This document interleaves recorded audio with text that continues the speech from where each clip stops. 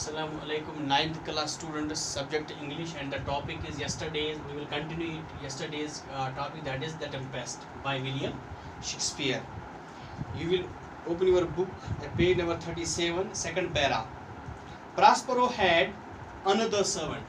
Now you learn that how many people were there. There were the three people: the Prospero, the Miranda, his daughter, and their servant. His name was Caliban, who looks like a fish than a man. Prospero had another servant, a separate named Ariel.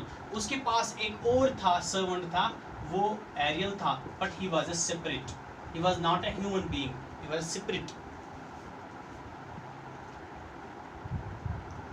And whom he commanded by the means of his magic, जो एक जादू के तौर पर उसको जादू पे चलता था. Before Prospero's arrival there on this island, a witch named Sycorax, the ugly Caliban, was her son. तो जब वहाँ ये पहुँचा इस आइलैंड से, before arrival there on the island, a witch Sycorax, the ugly Caliban was her. तो वहाँ कौन था? On the island, a witch named, वहाँ एक विच किससे कहते हैं? एक जादूगरनी थी, उसका नाम था साइकोरैक्स. साइकोरैक्स जो इसके जो जादूगरनी थी, ये कैलिबन उसी का बेटा था. She imprisoned Ariel in the heart of a pine tree. उसने एरियल को, चूंकि वो भी इंसान नहीं था, वो क्या था? वो एक समझे, he was a spirit there. हाँ, तो वो he was not a human being. तो उसने उसको एक पाइन ट्री में क्या कैद किया.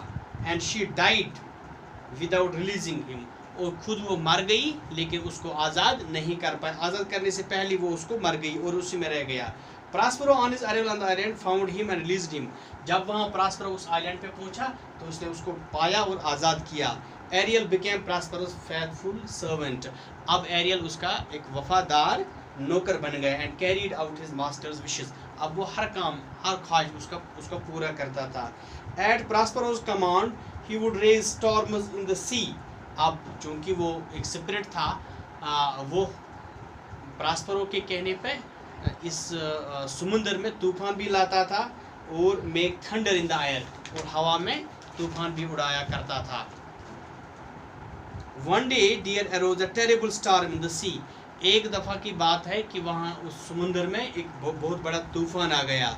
As Marinda looked out she saw a fine ship struggling in the midst of the world in the storm.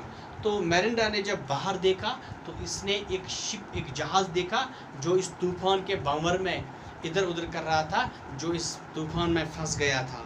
O father, she said, उसने कहा, O father, if you have by your power raised the tempest, क्या आपने इस तूफान को उठाया है? Please put an end to it, please इसको ख़त्म कीजिए.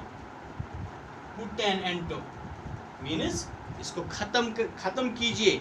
What a fine ship is there, देखिए इस तूफान में कैसा ये शिप जा रहा है, एक जहाज़ जा रहा है जो स्ट्रगल कर रहा है. स्ट्रगलिंग इन द क्रिविल वेव्स, जो इन जालिम लहरों में फंस गया है, ये कैसे वहाँ स्ट्रगल कर रहा है, ये अभी डूब जाएगा.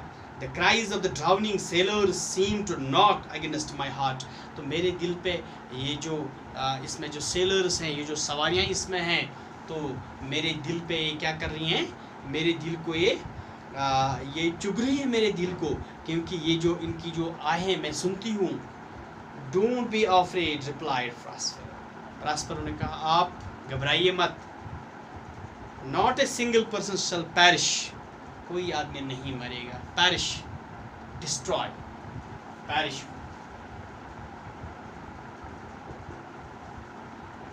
वहाँ कोई डिस्ट्रॉय नहीं होगा, वहाँ कोई नहीं मरेगा. As for the storm, I have raised it for your sake. ये मेरिंडा से कहता, अपने बेटी से कहता है, ये जो जहाँ तक इस सैलाब का इस तूफान का ताल्लुक है, I have raised it for you, because of you, for your benefit. I have done it for you. मैंने आपके लिए उठाया है. My beloved daughter, अरे मेरी प्यारी बेटी, मैंने आपके लिए उठाया है. Who don't know who are you, लेकिन who do not know, और इनको ये पता नहीं है आप कौन हो. Dear students, I will conclude it here. Inshallah we will continue it tomorrow. Thanks.